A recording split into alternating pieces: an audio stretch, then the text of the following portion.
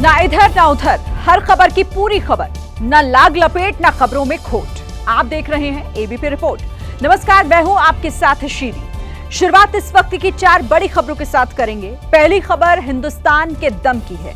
पाकिस्तान के साथ तनाव के बीच यूपी के शाहजहांपुर में दिखा वायुसेना का पराक्रम।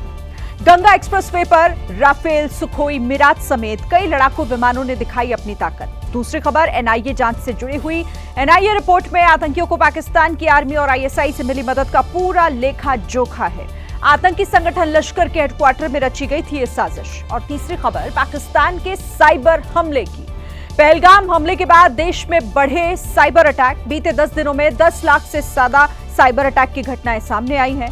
पाकिस्तान से जुड़े हैं इनके सीधे तार। निशाने पर हैं रक्षा, रेल, बैंकिंग और सरकारी पोर्टल। और चौथी खबर बाबा केदार की। पूरे विधि विधान और मंत्रोच्चार के साथ केदारनाथ धाम के कपाट आज श्रद्धालुओं के लिए खोले गए। मुख्यमंत्री धामी समेत हजारों की संख्या में श्रद्धालुओं ने हर हर महादेव के नारे के साथ दर्शन पूजन किया है। तमाम खबरें आपको विस्तार से दिखाएंगे, लेकिन बुलेटिन की शुरुआत हम कर लेते हैं हिंदुस्तान की ताकत से। वो ताकत जिसे देख आज पाकिस्तान में मातम का सन्नाटा पसरा हुआ है। जब आसमान में भारतीय वायुसेना के लड़ाकू विमानों ने अपना दम दिखाया तो पाकिस्तान में बैठे हुए हुक्मरानों का पसीना छूट गया। भारतीय वायुसेना के फाइटर प्लेन उड़े तो गंगा एक्सप्रेसवे के ऊपर रहे थे, लेकिन उनकी गरजती आवाज शहबाज शरीफ, आसिम मुनीर, इशाक डार, ख्वाजा आसिफ और हाफिज सईद को पहरा कर रही थी। एक के बाद एक हाईवे के ऊपर आसमान में भारतीय वायुसेना के राफेल, सुखोई, जगुआर और मिराज जैसे फाइटर प्लेन उड़ते हुए दिखे और ये तस्वीरें सांप की तरह पाकिस्तानियों के सीने पर लौटती रही। लेकिन ये तो अभी झांकी है, क्योंकि पूरी पिक्चर अभी बाकी है, जो अब से कुछ ही देर बाद शाम 7:30 बजे दिखाई जाएगी, जब हिंदुस्तान के वायुवीर गंगा एक्सप्रेसवे पर एक के बाद एक करके उतरेंगे और फिर वहीं से उड़ जाएंगे। ये भी मुमकिन है कि जब आसमान में उड़ेगा शक्तिशाली राफेल तो उसे देखकर हो सकता है शहबाज शरीफ और आसिम मुनीर का हार्ट फेल।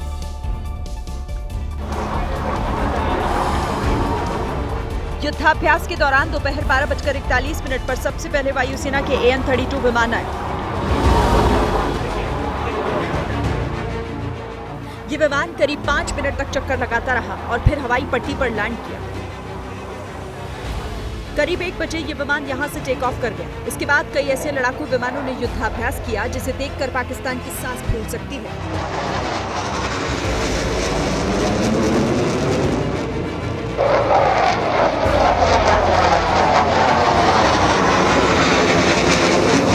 जैसे ही आसमान में राफेल नजर आया, लोग भारत माता की जय के नारे लगाने लगे। राफेल एम की गति 2202 किलोमीटर प्रति घंटा है। ये पाकिस्तान के JF-17 और JF-10CE से ज्यादा है। राफेल एम की रेंज 3700 किलोमीटर है, जो इसे लंबी दूरी के मिशन के लिए शानदार बनाती है।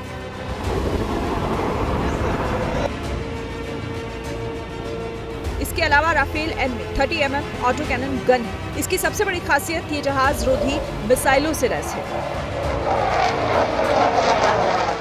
राफेल हवा में ही रिफ्यूलिंग के जरिए अपनी रेंज बढ़ा सकता है। राफेल की एक और खास बात यह है कि मौसम चाहे कैसा हो, वो हर वक्त ऑपरेशन की क्षमता रखता है। यही वजह है कि पाकिस्तान युद्ध का नाम सुनकर ही डर जा रहा है।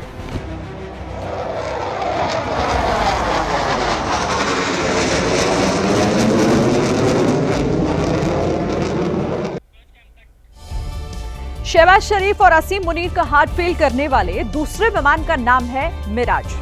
ये वही मिराज है जिसका स्वाद पाकिस्तान पहले भी चख चुका है। और एक बार फिर ये मिराज जब आसमान में गरजा तो पाकिस्तान की धड़कनें तेज हो गई। दोपहर करीब 1.5 घंटे तक यहां एयर शो हुआ और इसी दौरान नजर आया ताकतवर मिराज, जिसे देखकर लोग रोमांचित हो उठे। मिराज को भी उसी कंपनी ने बनाया है जिसने राफेल को जन्म दिया। 47 फीट लंबा और 7500 किलो वजनी ये लड़ाकू विमान पाकिस्तान के लिए सबसे बड़ा काल है, क्योंकि पाकिस्तान के बालाकोट में की गई सर्जिकल स्ट्राइक भी मिराज 2000 लड़ाकू विमान के जरिए ही की गई थी। फ्रेंच मूल के इस विमान को हाई स्पीड डीप स्ट्राइक में महारत हासिल है। ये 2000 किलोमीटर प्रति घंटे की रफ्तार से उड़ान भर सकता है। साथ ही अपने साथ 13,800 किलोग्राम गोला बारूद लेकर उड़ान भरने में सक्षम है। करगिल युद्ध में भी इस विमान ने अपनी अहम भूमिका निभाई थी। इसमें अत्याधुनिक रडार और इलेक्ट्रॉनिक सिस्टम है। विराज 1800 राउंड प्रति मिनट की दर से गोले बरसा सकता है। ये लेजर गाइड मिसाइलों, क्रूज मिसाइलों और हवा से जमीन पर मार करने वाली मिसाइलों और परमाणु मिसाइलों को दागने की क्षमता रखता है। मिराज लड़ाकू विमान डबल इंजन से लैस है और बमबारी करने के साथ साथ मिसाइल गिराने में भी माहिर है। हिंदुस्तान का ये लड़ाकू विमान पहले भी भारत को अपनी काबिलियत का सबूत दे चुका है और एक बार फिर पहलगाम का बदला लेने के लिए तैयार है। इस फ्लाई पास्ट के दौरान जगुआर, MiG-29 और Mi-17 जैसे लड़ाकू विमानों ने भी अभ्यास किया और बता दिया कि दुश्मनों को तबाह करने के लिए वो पूरी तरह से तैयार हैं। लेकिन जैसे ही आसमान में सुखोई नजर आए, सरहद पार से जंग की गीदड़ भभकी देने वालों का दिल बैठ गया होगा।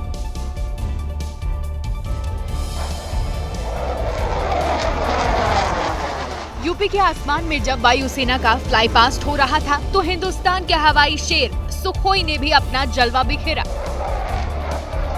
सुखोई को देखकर ही दुश्मन देश थर्रा उठा होगा, क्योंकि पाकिस्तान को भी पता है कि अगर सुखोई ने कोई लक्ष्य तय किया तो उसे पूरा किए बगैर वो लौट कर नहीं आता। आतंकवाद को अगर मिट्टी में मिलाने की बात हो या फिर आतंकियों का चुन चुन कर सफाया करना हो तो सुखोई भी इसके लिए तैयार है। सुखोई को पहले से काफी अपग्रेड किया जा चुका है। इसमें दुनिया की सबसे खतरनाक सुपरसोनिक क्रूज मिसाइल ब्रह्मोस दागने की क्षमता है। सुखोई को दुनिया के 10 खतरनाक लड़ाकू विमानों में से एक माना जाता है। इसकी गति 2120 किलोमीटर प्रति घंटा है और इसकी भी खासियत ये है कि इसमें रास्ते में ही ईंधन भरा जा सकता है। सुखोई से 10 तरह के बम और 4 तरह के मिसाइल और 4 तरह के ही रॉकेट दागे जा सकते हैं। दुश्मन पर हमला करने का वक्त आया तो सुखोई 1 मिनट में 150 राउंड फायर कर सकता है। सुखोई को भारत ने रूस के साथ मिलकर संयुक्त रूप से तैयार किया है। ये ट्विन सीटर फाइटर लंबी दूरी तक स्ट्राइक करने में बेहद सक्षम है। जब जब युद्ध की बात आती है तब तब पाकिस्तान के पसीने छूटने लगते हैं, क्योंकि पाकिस्तान को भी ये मालूम है कि वो कितने पानी में है। आपको दोनों देशों की वायुसेना के कुछ दिलचस्प आंकड़े दिखाते हैं। देखिए, भारतीय वायुसेना में 3,10,000 सैनिक हैं। वहीं पाकिस्तान की बात की जाए तो पाकिस्तान की ताकत भारत से 1/4 से भी ज्यादा कम है। पाकिस्तान आज तक 1 लाख वायु सैनिक इकट्ठा नहीं कर पाया है। इसी तरह भारत के पास 2,229 विमान हैं और पाकिस्तानी विमानों की संख्या 1,399 है, यानी 1,500 से भी कम है। इसमें अगर लड़ाकू विमानों की बात कर ली जाए तो भारत के पास 513 लड़ाकू विमान हैं और पाकिस्तान के पास सिर्फ 328 है। इन विमानों में अगर अटैक फाइटर की बात करें तो इसकी संख्या भारत में 130 है और पाकिस्तान में ये सिर्फ 90 है। भारतीय वायुसेना के पास ट्रांसपोर्ट वाहन 270 की संख्या में है और पाकिस्तान अभी 70 का आंकड़ा भी नहीं छू पाया है। और अगर अटैक हेलीकॉप्टर की बात करें तो भारत के पास 80 अटैक हेलीकॉप्टर हैं, पाकिस्तान के पास सिर्फ 57 है। तो ये ताकत समझ आती है और यही डर समझ आता है पाकिस्तान का जब बात इस तरह के अभ्यास की होती है। देखिए, आसमान के साथ समुद्र में भी पाकिस्तान की घेराबंदी हो गई है। नौसेना का युद्धपोत INS सूरत अडानी हजीरा बंदरगाह पर पहुंच गया है। पाकिस्तान से युद्ध की आशंका के बीच INS सूरत की तैनाती बेहद अहम मानी जा रही है। यकीनन ये तस्वीर देखकर पाकिस्तान के होश फाख्ता हो गए होंगे। तस्वीरें INS सूरत की है, जिसका अडानी हजीरा बंदरगाह पहुंचने पर जोरदार स्वागत हुआ। इसी साल जनवरी में PM मोदी ने इसे राष्ट्र को समर्पित किया था और अब इसे तैनात कर दिया गया है। ये ऐसा हथियार है जो पाकिस्तान के हर नापाक मंसूबे को खाक करने का मादा रखता है। INS सूरत ऐसे विध्वंसक हथियारों से लैस है जो पाकिस्तान की जमीन पर तबाही मचाने की ताकत रखते हैं। दरअसल INS सूरत डिस्ट्रॉयर क्लास युद्धपोत है। P-15B गाइडेड मिसाइल परियोजना का चौथा और अंतिम जहाज, दुनिया के सबसे बड़े और विनाशकारी जहाजों में से एक। इसके निर्माण में 75% स्वदेशी सामान का इस्तेमाल हुआ। INS सूरत का वजन 7400 टन और लंबाई 164 मीटर है। 60 किलोमीटर प्रति घंटे की रफ्तार से तैर सकता है। भारतीय नौसेना ने अरब सागर में INS सूरत युद्धपोत पर मध्यम दूरी की सतह से हवा में मार करने वाली मिसाइल वायु रक्षा मिसाइल प्रणाली का सफलतापूर्वक परीक्षण किया। यानी बताने की जरूरत नहीं है कि INS सूरत पाकिस्तान के लिए किसी बुरे सपने से कम नहीं है, जिसकी तैनाती से उसका खौफजदा होना लाजमी है। पहलगाम हमले के बाद भारत के सख्त रुख से पाकिस्तान इस कदर घबरा गया है कि अब वो भी युद्ध अभ्यास में जुट गया है। पाकिस्तानी सैनिक इस कदर खौफ में है कि आर्मी चीफ आसिम मुनीर को आखिरकार बिल से बाहर आना ही पड़ा। पाकिस्तानी वॉर एक्सरसाइज और इसमें मौजूद पाक आर्मी चीफ आसिम मुनीर तस्वीरें बताने के लिए काफी है कि भारत के रुख से पाकिस्तान किस कदर खौफजदा हो चुका है। हालात ये है कि भारत के हमले का डर पाकिस्तान को इस कदर सता रहा है कि वो भी वॉर एक्सरसाइज कर अपनी ताकत दिखाने की कोशिश में जुट गया है। घबराए पाकिस्तान ने मंगला स्ट्राइक कोर के साथ युद्ध अभ्यास किया। पंजाब प्रांत के टीला रेंज में पाकिस्तानी सेना के जवानों ने हैमर स्ट्राइक एक्सरसाइज की। पाकिस्तानी सैनिक डरे हुए हैं, तो उनमें जोश भरने के लिए खुद आसिम मुनीर को मैदान में उतरना पड़ा। पाकिस्तान जानता है कि भारत उससे पहलगाम आतंकी हमले का बदला लेने का मन बना चुका है, जिसके बाद किसी भी वक्त पाकिस्तानी जमीन पर भारत की ओर से करारा हमला हो सकता है। ऐसे में डरी हुई पाकिस्तानी सेना भी युद्ध अभ्यास के जरिए अपनी ताकत दिखाने की कोशिश में जुटी हुई है। पाकिस्तानी सेना को ये बात अच्छे से पता है कि भारत जब भी हमला करेगा तो उसे बचने के लिए कोई मौका नहीं मिलेगा। यही वजह है कि अपने सैनिकों में जोश भरने के लिए आसिम मुनीर को भी युद्ध रेंज में आना पड़ा, ताकि पाकिस्तानी सैनिकों में जोश भरा जा सके। और अब आज के सबसे बड़े खुलासे की बात करते हैं। पहलगाम हमले की जांच कर रही एनआईए ने अपनी प्रारंभिक रिपोर्ट तैयार कर दी है। सूत्रों के मुताबिक इस रिपोर्ट से साबित हो जाता है कि पाकिस्तान में ही पहलगाम हमले की साजिश रची गई। एनआईए यानी वो एजेंसी जो आतंकी हमले की जांच कर रही है, और अब उसने अपनी इस रिपोर्ट में पाकिस्तान की आर्मी और आईएसआई का जिक्र किया है। हमले के 10वें दिन आई इस रिपोर्ट ने पाकिस्तान को पूरी तरीके से बेनकाब कर दिया है। इस रिपोर्ट के मुताबिक 3 जल्लादों ने मिलकर पहलगाम में हमला करवाया। इसमें सबसे बड़ा जल्लाद पाकिस्तानी आर्मी है, उसका साथ दिया है आईएसआई ने, और ग्राउंड लेवल पर आतंकी मंसूबों को कामयाब करने के लिए आतंकी संगठन लश्कर की मदद ली गई। यानी ये 3 जल्लाद ही हैं जिन्होंने मिलकर पहलगाम में 28 लोगों की जान ली। इन लोगों ने मिलकर ही हमारे देश के कई परिवारों की खुशियां, सुख, शांति छीन ली। यही है भारत के अमन चैन के दुश्मन। लेकिन ये काम सीधे तौर पर नहीं किया जाता। इसके लिए इन जल्लादों ने अपनी कठपुतलियां तैयार की हैं। एनआईए सूत्रों के मुताबिक शुरुआती जांच रिपोर्ट में पाया गया कि पाकिस्तानी आर्मी, आईएसआई और लश्कर ये तीनों मिलकर आतंकियों को अपनी कठपुतली बनाते हैं, फिर उन्हें भारत भेजकर हमले करवाए जा रहे हैं। इनमें जैश ए मोहम्मद, हिजबुल मुजाहिदीन, टीआरएफ, लश्कर और दूसरे आतंकी संगठनों का नाम शामिल है। कश्मीर में आतंकी घटनाओं को अंजाम देने के लिए इन्हीं जल्लादों की कठपुतलियां पाकिस्तान से भारत आकर यहां नरसंहार करती है। पहलगाम हमले में शामिल आतंकियों को भी उन्हीं तीनों जल्लादों ने भारत भेजा था। तो देखिए, यहां पर कई अहम खुलासे हुए हैं और एनआईए के सूत्रों ने एक और जानकारी भी दी है। उनके मुताबिक जांच रिपोर्ट में यह पाया गया कि भारत में आतंक फैलाने के लिए आईएसआई के इशारे पर लश्कर के हेडक्वार्टर में साजिश रची गई। वहीं से पाकिस्तान के 2 आतंकियों को भारत भेजा गया था। इसमें से एक नाम था हाशिम मूसा का, तो दूसरे का नाम है तलहा। हाशिम के बारे में कहा जाता है कि वो पाकिस्तानी सेना का एसएसजी कमांडो है, जबकि तलहा की ना तो कोई तस्वीर सार्वजनिक है, ना ही उससे जुड़ी कोई जानकारी। सूत्र बताते हैं कि इन दोनों ही आतंकियों के पास पाकिस्तानी नागरिकता है। जांच में सामने आया है कि आतंकियों को लश्कर ने पाकिस्तान से भेजा तो यहाँ उनके लिए बेताब घाटी में पहले से ही हथियार छिपा कर रखे गए थे। बेताब घाटी बैसरन से 40 किलोमीटर की दूरी पर है। आतंकियों को वहां पहुंचाने में उनके हैंडलर और लोकल मददगारों ने बड़ी भूमिका निभाई। सूत्रों के मुताबिक आतंकी पाक हैंडलर्स के संपर्क में थे। उन्हें पाकिस्तान से लगातार दिशा निर्देश मिल रहे थे। एनआईए की प्रारंभिक जांच में आईएसआई के ओजीडब्ल्यू का भी जिक्र है। ओजीडब्ल्यू यानी आईएसआई के ओवरग्राउंड वर्कर, ये पाकिस्तान से आए आतंकियों की कश्मीर में मदद करते हैं।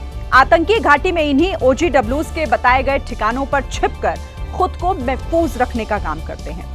सूत्रों के मुताबिक एनआईए की जांच रिपोर्ट में ओजीडब्ल्यू की भूमिका का जिक्र है।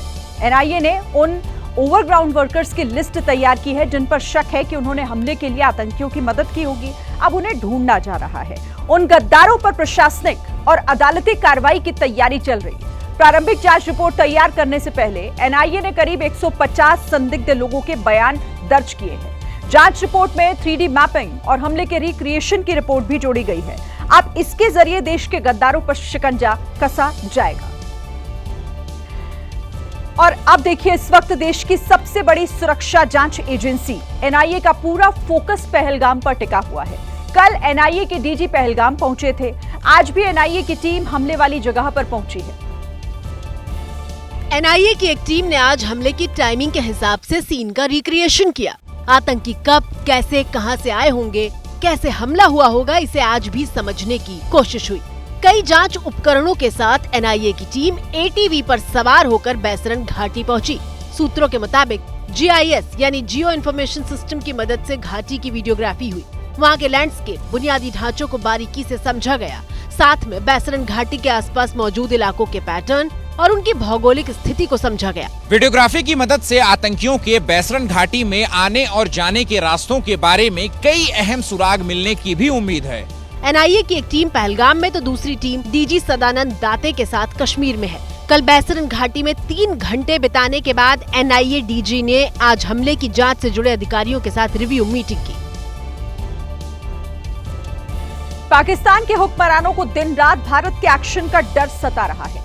डरे सहमे पाकिस्तान ने आतंक का पाठ पढ़ाने वाले पीओके के मदरसों को भी 10 दिन के लिए बंद कर दिया है। एयर ट्रैफिक बंद, मदरसों पर ताला, बॉर्डर पर सायरन।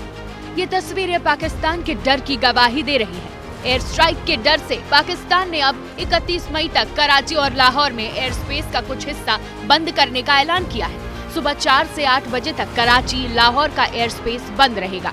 कुछ चुनिंदा रास्तों को बंद करने के लिए पाकिस्तान ने नोटम जारी किया है। डरे हुए पाकिस्तान ने अपने सभी एयरपोर्ट्स को हाई अलर्ट पर रखा है। भारतीय एयर स्पेस से पाकिस्तान पहुंचने वाली विदेशी उड़ानों पर भी निगरानी हो रही है। पाकिस्तान को पीओके में भारतीय स्ट्राइक का डर सता रहा है, इसलिए पीओके में सभी मदरसे बंद कर दिए गए। 10 दिनों के लिए सभी मदरसों पर ताला लटका दिया है। पाकिस्तान इतना डर गया है कि खैबर पख्तूनख्वा की राज्य सरकार ने 29 जिलों में सायरन सिस्टम लगाने का आदेश दिया है। ये सायरन इस वजह से लगाए गए हैं ताकि हमले के वक्त वहां की जनता को पता चल जाए कि भारत ने बदला ले लिया है। एबटाबाद और मर्दन जैसे बड़े शहरों में बड़ी आबादी रहती है। ऐसे में इन जिलों में 4-4 सायरन लगाने के निर्देश दिए गए हैं। पहलगाम हमले के बाद साइबर अटैक को लेकर सरहद पार की नापाक साजिशों पर भी एक बड़ा खुलासा हुआ है। महाराष्ट्र साइबर सेल की रिपोर्ट इकोज ऑफ पहलगाम के मुताबिक 23 अप्रैल से अब तक देश में 10 लाख से ज्यादा साइबर अटैक हो चुके हैं। यानी पहलगाम हमले के बाद देश पर साइबर हमलों की संख्या काफी तेजी से बढ़ी है और ये हमले Pakistan, middle east, Morocco, Indonesia से किए जा रहे हैं। हमला करने वाले ज्यादातर ग्रुप खुद को इस्लामिक ग्रुप बताते हैं। सबसे सक्रिय ग्रुप टीम इनसेन पीके है जो पाकिस्तान से जुड़ा है। इसके अलावा बांग्लादेशी ग्रुप और इंडोनेशियाई ग्रुप भी काफी सक्रिय हैं। ज्यादातर साइबर हमले 26 अप्रैल को किए गए। रिपोर्ट के मुताबिक कई हमले नाकाम रहे लेकिन कुछ सफल भी रहे हैं। ये अटैक रक्षा, रेल, बैंकिंग और सरकारी पोर्टल्स पर किए गए, जिनमें से कुछ जगहों पर डेटा लीक होने की बात कही गई है। इसीलिए रिपोर्ट में साइबर सुरक्षा को और ज्यादा मजबूत करने की भी बात कही गई है। आप सुनिए कि क्या कुछ कह रहे हैं महाराष्ट्र साइबर सेल के चीफ। हमें अपनी जो वल्नरेबिलिटीज हैं, साइबर सिक्योरिटी बढ़ानी है अपने सिस्टम्स की, उनकी वल्नरेबिलिटीज को पैचअप करना है और साथ ही साथ साइबर सिक्योरिटी ऑडिट्स हर एक क्रिटिकल इंफ्रास्ट्रक्चर के साइबर रिसोर्स को करना ही चाहिए। हमले के खौफ के बीच पाकिस्तानी सेना और आईएसआई भारतीय सेना की जानकारी जुटाने के लिए बड़ी साजिश रच रहा है। ये साजिश एक पीडीएफ की शक्ल में है जिसके जाल में फंसने का मतलब है देश की अहम जानकारियों का लीक हो जाना।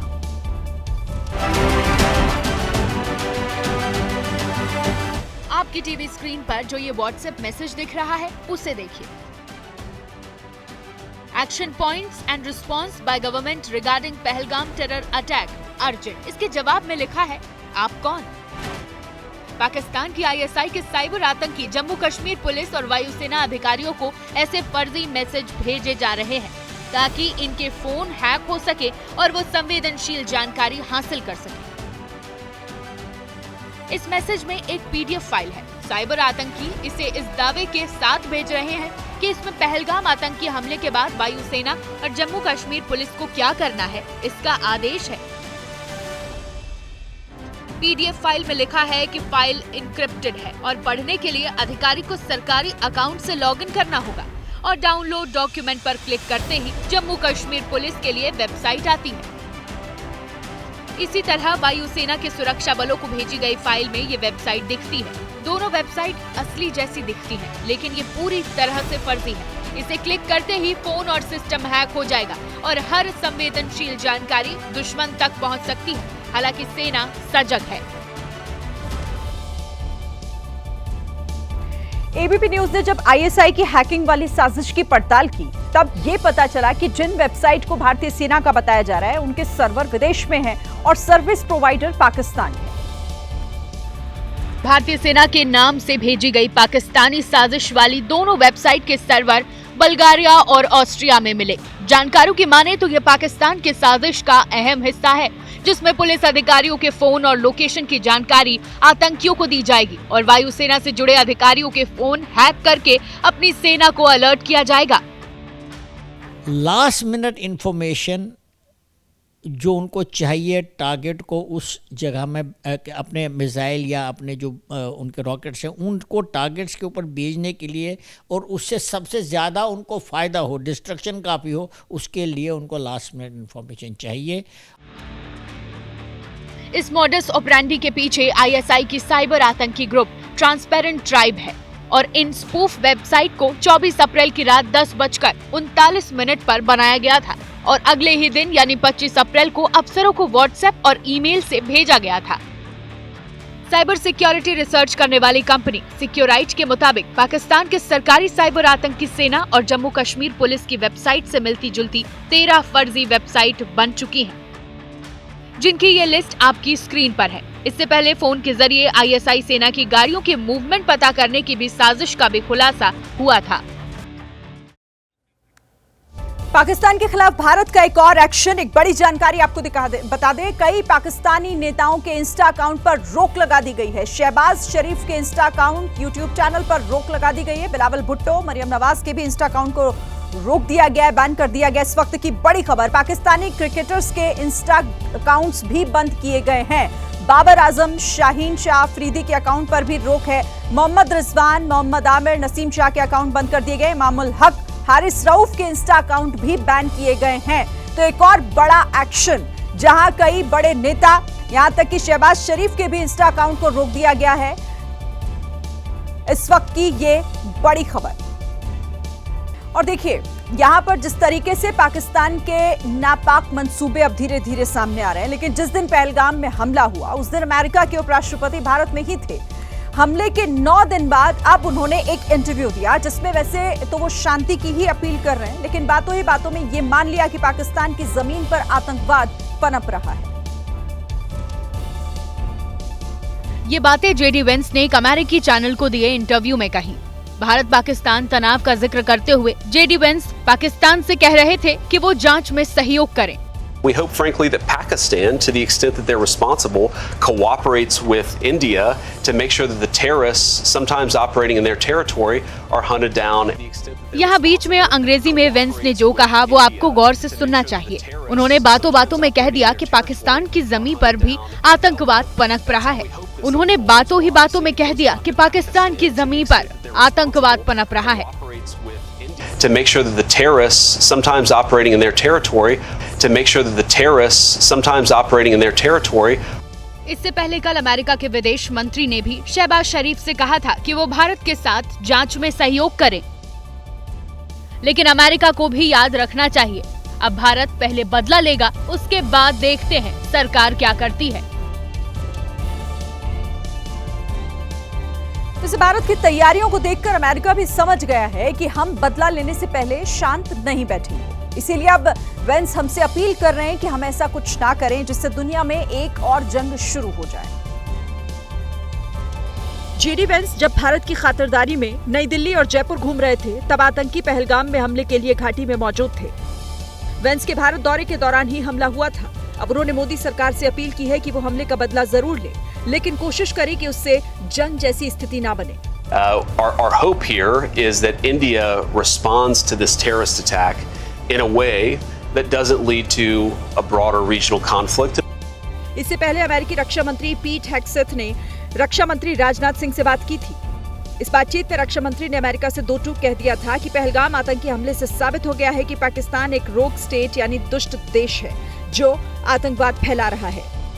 कल अमेरिकी विदेश मंत्री ने भी एस जयशंकर से बात की थी। हमारी सरकार ने अमेरिका के हर मंत्री को दो टूक कह दिया है कि हम आतंकवाद का जवाब तो जरूर देंगे।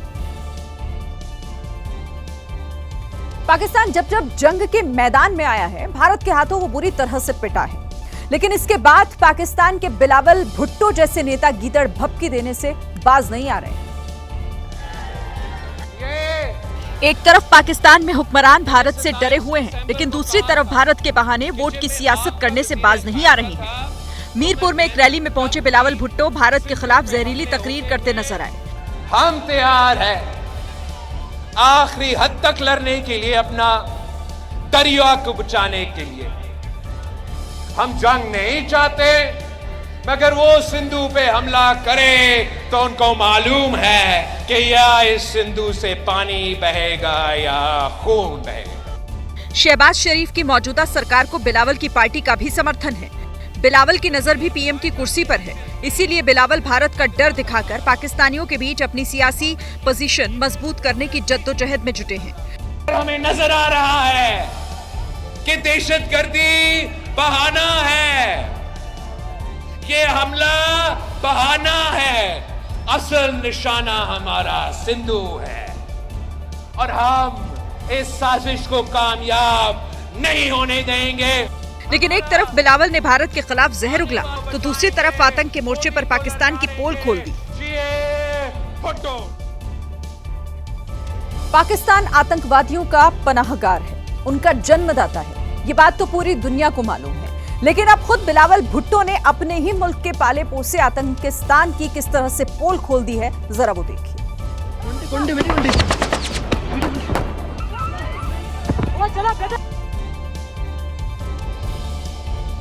आतंकवाद पर भारत की बात सच साबित हो गई, क्योंकि खुद बिलावल भुट्टो ने स्वीकार किया कि पाकिस्तान का इतिहास आतंकवाद से भरा रहा है। बिलावल ने ये कबूलनामा एक अमेरिकी चैनल को दिए इंटरव्यू में किया, जिसमें बिलावल भुट्टो ने कबूल किया कि पाकिस्तान ने पश्चिमी देशों के साथ मिलकर आतंकी संगठनों को बढ़ावा दिया। ये पाकिस्तान का एक इतिहास और किसी से छिपा नहीं है, इसकी वजह से पाकिस्तान को भी नुकसान उठाना पड़ा है। आतंकवाद पर बिलावल भुट्टो का ये कबूलनामा पाकिस्तान के रक्षा मंत्री ख्वाजा आसिफ के बयान के बाद आया। बिलावल से पहले आसिफ ने भी आतंकवाद को बढ़ावा देने की बात कबूल की थी। आसिफ ने कहा था, हमारा देश पिछले 30 साल से आतंकवादियों का समर्थन कर रहा है और उन्हें ट्रेनिंग दे रहा है। हम पश्चिमी देशों के लिए ये गंदा काम कर रहे हैं। आपको बता दें कि बिलावल का परिवार खुद आतंक का सबसे बड़ा शिकार है। बिलावल के दादा जुल्फिकार अली भुट्टो को फौजी सरकार ने फांसी दे दी थी, जबकि उनकी मां बेनजीर भुट्टो की आतंकियों ने हत्या की थी।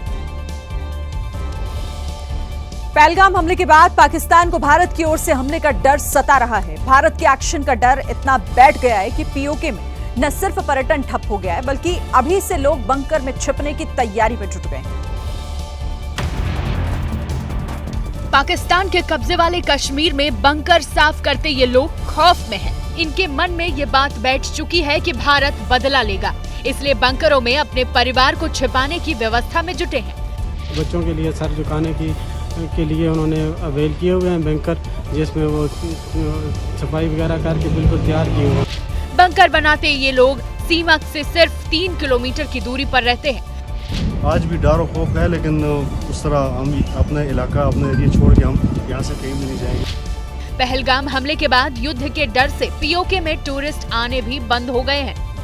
इस टाइम जो इंडिया और पाकिस्तान की अटेंशन के बाद यहाँ पे बिल्कुल टूरिस्ट बिल्कुल जीरो है, 20 लोग तक नहीं है। हालांकि यहाँ पे 300-400 लोग कम से कम यहाँ पे रूटीन में होते थे। पहले हर साल नीलम घाटी के इस इलाके में 30,000 से ज्यादा पर्यटक आते थे। कल पाकिस्तान ने अपने नागरिकों को लेने से मना कर दिया था, लेकिन आज अटारी बॉर्डर पर पाकिस्तान के नागरिकों का वापस जाने का सिलसिला एक बार फिर शुरू हो गया है। जैसे ही खबर आई कि पाकिस्तान ने अपने नागरिकों को एंट्री देना शुरू कर दिया है, अटारी बॉर्डर पर पाकिस्तान जाने वालों की भीड़ लगना शुरू हो गई। आज एक बार फिर से पाकिस्तान जाने वालों का सिलसिला जो है वो शुरू हो गया है। ये तस्वीरें आप बिल्कुल अटारी बॉर्डर से देख रहे हैं, जहां पे लोगों को परमिशन जो है दी गई है आगे जाने की। पिछले कल जो है जितने भी पाकिस्तान के नागरिक यहाँ थे उनको जो है आगे नहीं जाने दिया गया था। हालांकि भारत ने पाकिस्तानी नागरिकों की वापसी की डेडलाइन बढ़ा दी थी, लेकिन कई परिवार ऐसे थे जिनका दावा है कि उनके पास भारतीय पासपोर्ट और आधार कार्ड है। ऐसे ही एक परिवार की याचिका पर सुनवाई करते हुए सुप्रीम कोर्ट ने 5 लोगों की पाकिस्तान वापसी पर रोक लगाते हुए प्रशासन को नोटिस जारी किया है। परिवार के सभी सदस्यों ने दावा किया था कि वो भारतीय हैं।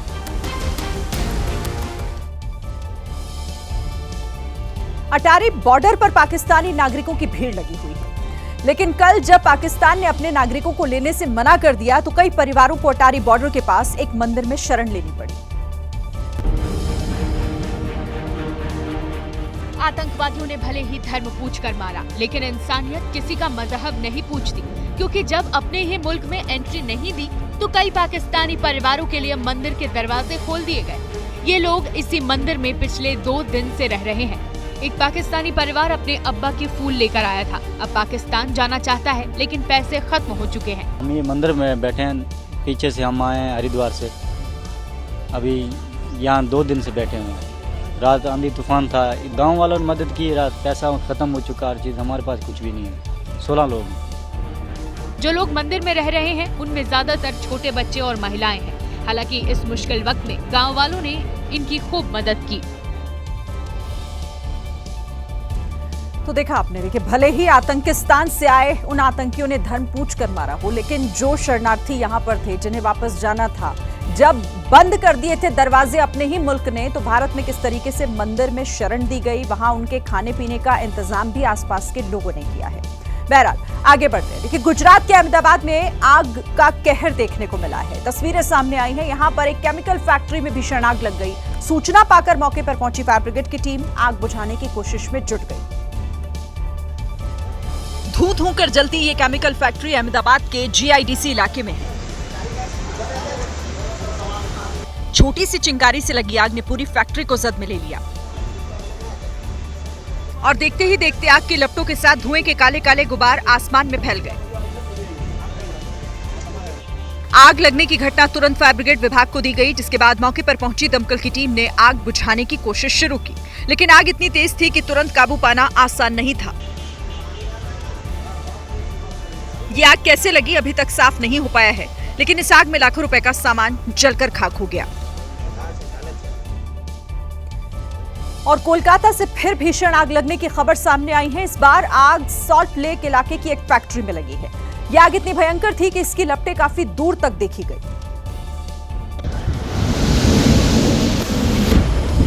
आग का ये विकराल रूप देखकर लोग डर गए, क्योंकि अचानक आग और ज्यादा भड़क गई।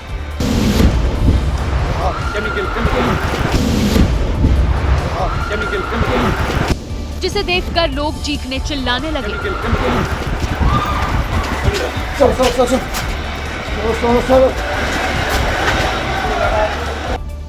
आग को कैमरे में कैद करने वाला शख्स भी आग देखकर पीछे की तरफ भागा। ऐसा लगा जैसे किसी सिलेंडर में ब्लास्ट के बाद आग और तेजी से भड़क गई। आग सॉल्ट लेक के सेक्टर V में लगी, जिसे बुझाने के लिए दमकल की 3 गाड़ियां लगाई गई। आग में किसी के हताहत होने की खबर नहीं है। सोशल मीडिया पर एक वीडियो वायरल हो रहा है, जिसमें एक आवारा सांड सड़क पर खड़ी एक स्कूटी को पार्क कर रहा है। तस्वीरों में आप देखिए कि कैसे सांड आया और उसने सफेद रंग की स्कूटी को पीछे से धक्का मारते हुए उसे कोने में ले जाकर खड़ा कर दिया। सड़क के इस वीडियो का दूसरा एंगल भी सामने आया है। देखिए किस तरीके से सांड स्कूटी को पार्क कर रहा है, और इस दौरान ना तो स्कूटी गिरी ना इधर उधर भागी, सीधे जहां वो चाहता था वहीं पर उसने पार्क की। भले ये वीडियो आपको मजाकिया लगे, लेकिन इस सांड ने एक संदेश दिया है कि वाहन सड़क पर खड़ा नहीं करना चाहिए।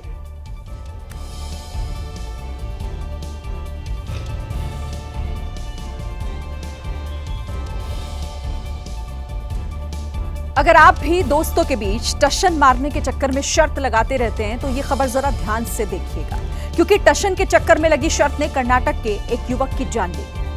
हुआ दरअसल यूं कि कर्नाटक के कोलार में कुछ दोस्तों के बीच 10,000 रुपए की शर्त लगी शर्त ये थी कि जो भी दोस्त 5 बॉटल नीट शराब यानी कि बिना पानी या फिर सोडा मिलाए उसे पी लेगा, उसे 10,000 रुपए मिलेंगे। कार्तिक नाम के युवक ने शर्त को कबूल कर लिया और फिर शराब पीना उसने शुरू कर दिया। जोश जोश में उसने सोचा, कार्तिक ने 5 बॉटल नीट शराब पी ली और शर्त उसने जीत भी ली। लेकिन थोड़ी देर के बाद उसकी तबीयत बिगड़ी और फिर वो बेसुध हो गया। आनन फानन में उसके दोस्तों ने उसे अस्पताल में एडमिट करवाया, लेकिन डॉक्टर कार्तिक को नहीं बचा पाए और उसकी मौत हो गई। कार्तिक की 1 साल पहले ही शादी हुई थी और 10 दिन पहले ही उसकी पत्नी ने एक बच्चे को जन्म दिया था। इस मामले में पुलिस ने शराब पीने के लिए उकसाने के आरोप में कार्तिक के 2 दोस्तों को गिरफ्तार भी किया है और यही बताती है कि किस तरीके से ये कहानी एक सबक भी आप सभी लोगों को देती है। अब बात कर लेते हैं मौसम के मिजाज की, क्योंकि आज सुबह दिल्ली एनसीआर समेत कई हिस्सों में भयानक बारिश देखने को मिली। मूसलाधार बारिश की वजह से सड़कों पर पानी भर गया। बारिश के साथ साथ तेज आंधी भी आई, जिससे कई जगह पर पेड़ भी उखड़ गए और मलबे में दबकर 4 लोगों की मौत भी हो गई। रात में गर्मी थी, लेकिन सुबह मौसम पूरी तरह से बदल गया। तेज हवाओं के साथ बारिश ने तड़के सुबह करीब 3 बजे दस्तक दी। मूसलाधार बारिश के साथ हवाएं करीब 40 से 50 किलोमीटर की रफ्तार से चल रही थी। देखते ही देखते सड़कों पर पानी भर गया और दिल्ली एयरपोर्ट के बाहर खड़ी कार पर लोहे का एक ढांचा गिर गया। लाजपत नगर में तो स्थिति और खराब हो गई। सड़क पूरी तरह से पानी में डूब गई। सड़क पर करीब 2 फीट से ज्यादा पानी जमा हो गया। मौसम सुहाना नजर आ रहा है, लेकिन जगह जगह जो पेड़ हैं वो इस तरह से गिरे हुए मिल रहे हैं सड़कों पर। तेज हवाओं के प्रहार से कई पेड़ उखड़ गए, जिसकी वजह से वसंत कुंज में ट्रैफिक जैम हो गया। द्वारका में सड़क पर पानी भर गया। वहीं द्वारका के जाफरपुर कला के पास नीम का पेड़ गिरने से एक कार की छत गिर गई और मलबे में दबकर 4 लोगों की मौत हो गई। मूसलाधार बारिश की वजह से सबसे ज्यादा जलभराव दिल्ली के आजाद नगर, कमला मार्केट और मिंटो रोड पर था। ज्यादा पानी होने की वजह से आवाजाही भी ठप हो गई। कई जगह गाड़ियां घंटों तक फंसी भी रही। आजाद मार्केट का किशनगंज रेलवे अंडरपास पानी से पूरी तरह से भर गया। कमर तक पानी होने की वजह से लोगों को आने जाने में परेशानी हो रही थी। कुछ लोग बाइक को धक्का देकर पानी से बाहर लाते दिखे। दिल्ली के त्रिनगर में भी यही स्थिति थी। बारिश से लोगों को राहत तो मिली, लेकिन सड़क पर पानी की वजह से गाड़ियां रेंगती दिखी। परशुराम चौक से शंकर चौक तक स्थिति ज्यादा खराब थी। सुबह के वक्त कमला मार्केट भी पानी था। बारिश बंद होने के बाद भी कमला मार्केट की हर सड़क पानी में डूबी मिली। हर बार की तरह इस बार भी मिंटो ब्रिज के नीचे पानी भर गया था, लेकिन इस बार पहले जैसी स्थिति नहीं थी। फिर भी जलभराव की वजह से ट्रैफिक काफी स्लो हो गया था। बारिश का पानी भर जाने से कई जगह गाड़ियां घंटों तक फंसी रही। पानी के हटने के बाद लोग अपनी कार को निकाल कर ले गए। ये गाड़ी भी एमसीडी के किसी कर्मचारी की है, जिनकी तरफ से यहाँ पर सफाई की शुरुआत की जानी थी, साफ सफाई की शुरुआत की जानी थी, लेकिन ये तमाम जो लोग हैं वो अब गाड़ियों को निकालने का काम कर रहे हैं। बारिश की वजह से ऐसी ही तस्वीरें दिल्ली के कई इलाकों से सामने आई है। बारिश और आंधी सिर्फ दिल्ली में ही नहीं बल्कि कई जगहों पर आफत बनकर बरसी है। हरियाणा, यूपी, उत्तराखंड और शिमला में भी मुसीबत बनकर टूट पड़ी, जिसकी वजह से कई लोगों का काफी नुकसान हो गया। गुरुग्राम से आई इन तस्वीरों को देखिए। तेज हवाओं के प्रहार से पेड़ उखड़कर कार पर गिर गए। इस सफेद कार पर पेड़ की टहनी नहीं बल्कि पूरा पेड़ ही गिर गया, जिससे भारी नुकसान हो गया। गुरुग्राम में एक ओर आंधी ने तबाही मचाई तो दूसरी ओर बारिश की वजह से सड़क पर कई फीट पानी भर गया। एक्सप्रेसवे पर पानी आ जाने से जाम लग गया, जिससे लोगों को काफी परेशानी झेलनी पड़ी। हरियाणा के चरखी दादरी में आंधी से पेड़ उखड़कर सड़क पर गिर गए। सड़क के बीच में पेड़ गिरने की वजह से घंटों तक आवाजाही बंद रही। वहीं यूपी के फिरोजाबाद में अलग अलग इलाकों में आकाशीय बिजली गिरने से 3 लोगों की मौत हो गई। हरिद्वार में भी स्थिति सामान्य नहीं थी। झमाझम बारिश से कई अंडरपास में पानी भर गया था। बारिश की वजह से लोगों में गर्मी से राहत तो मिली, लेकिन जल जमाव ने मुश्किलें बढ़ा दी। शिमला में भी बारिश ने मौसम का मिजाज बदल दिया। यहाँ मौसम विभाग ने 7 मई तक मौसम खराब रहने की चेतावनी दी है। साथ ही तेज हवाओं के साथ मूसलाधार बारिश का अलर्ट भी जारी किया गया है। इधर श्रीनगर में भी अचानक से मौसम का मिजाज बदल गया। तेज हवाएं चली और इन हवाओं की वजह से डल झील में एक शिकारा पलट गया। शिकारे में कम से कम 2 लोग सवार थे। स्थानीय लोगों ने झील में कूदकर उन्हें बचाया। श्रीनगर में तेज हवाओं की वजह से कई जगहों पर पेड़ भी गिर गए। पेड़ गिरने की वजह से कई जगह यातायात भी बाधित रहा। तो श्रीनगर की तस्वीरें हैं ये, जहां तेज हवा और आंधी के बाद कई जगहों पर इस तरह की घटनाएं हुई हैं। एक शिकारा पलटने की वजह से उसमें सवार 2 लोग डूब रहे थे, जिन्हें वहां मौजूद लोगों ने किसी तरीके से बचाया।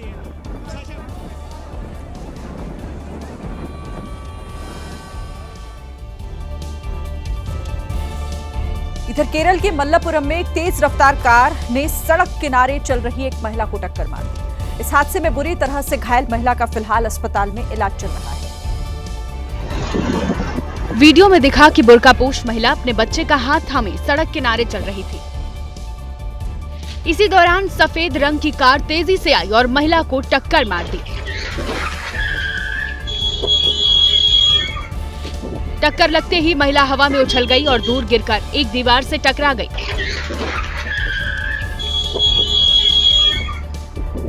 हैरानी की बात यह रही कि इस हादसे में छोटा सा बच्चा बाल बाल बच गया।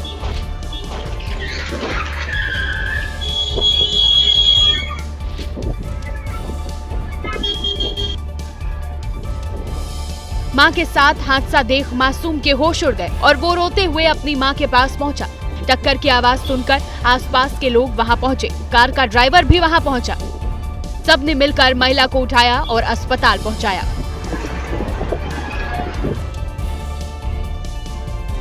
सुप्रीम कोर्ट ने महंगी और ज्यादा दवाएं लिखने वाले डॉक्टर्स को कड़ी फटकार लगाई है। 3 जजों की बेंच ने दवाओं की मार्केटिंग से जुड़ी हुई याचिका की सुनवाई के दौरान डॉक्टर्स पर यह सख्त टिप्पणी की है। सुप्रीम कोर्ट ने कहा है कि डॉक्टरों को पर्चे या प्रिस्क्रिप्शन में जेनेरिक दवाएं लिखने के लिए कहा जाना चाहिए। कोर्ट ने कहा कि अगर डॉक्टरों के लिए जेनेरिक दवाएं लिखना अनिवार्य कर दिया जाएगा तो समस्या अपने आप हल हो जाएगी। कोर्ट के मुताबिक जेनेरिक दवाएं लिखने से रिश्वतखोरी और महंगी ब्रांडेड दवाओं का जो प्रचार है उसे रोका जा सकेगा। सुप्रीम कोर्ट ने 2021 में medical and sales representatives association की याचिका पर सुनवाई के दौरान ये महत्वपूर्ण टिप्पणी की है। इस याचिका में ये मांग की गई कि दवाओं की मार्केटिंग से जुड़े हुए नियमों को कानूनी तौर पर अनिवार्य किया जाए ताकि डॉक्टर किसी ब्रांड या कंपनी को अनुचित फायदा ना पहुंचा सके। कोविड के दौरान ज्यादातर डॉक्टर्स के द्वारा डोलो 650 दवा लिखने पर सवाल उठाते हुए ये याचिका दाखिल की गई थी। इस याचिका में आरोप लगाया गया कि डोलो 650 बनाने वाली कंपनी ने डॉक्टरों को तरह तरह के लालच देकर उनसे ये दवाएं लिखवाई थी। याचिका में यह भी आरोप लगाया गया कि कंपनी ने डॉक्टर्स को महंगे गिफ्ट और विदेश यात्रा करवाने पर 1000 करोड़ रुपए खर्च किए थे। सुप्रीम कोर्ट ने कहा कि राजस्थान में सरकारी आदेश है कि डॉक्टर अपने पर्चे में किसी ब्रांड या कंपनी की दवा नहीं लिख सकते हैं, जिसके तहत ये महत्वपूर्ण टिप्पणी सुप्रीम कोर्ट ने आज की है। देखिए, जिस बात का इंतजार था वो दिन आ गया। केदारनाथ धाम के कपाट खुल गए हैं और कपाट खुलते ही भक्तों ने मंदिर के अंदर अखंड ज्योति के दर्शन किए। भक्त अब अगले 6 महीने तक केदारनाथ मंदिर में दर्शन कर सकेंगे।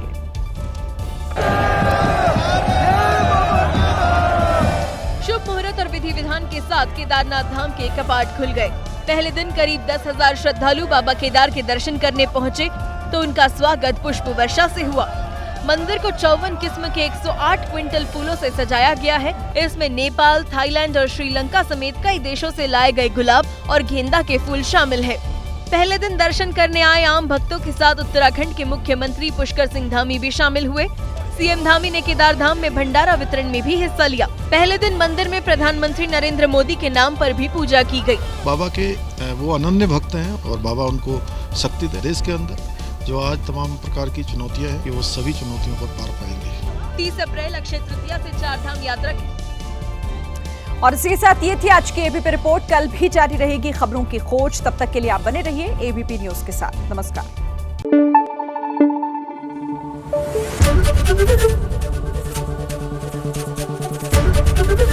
एबीपी न्यूज आपको रखे आगे।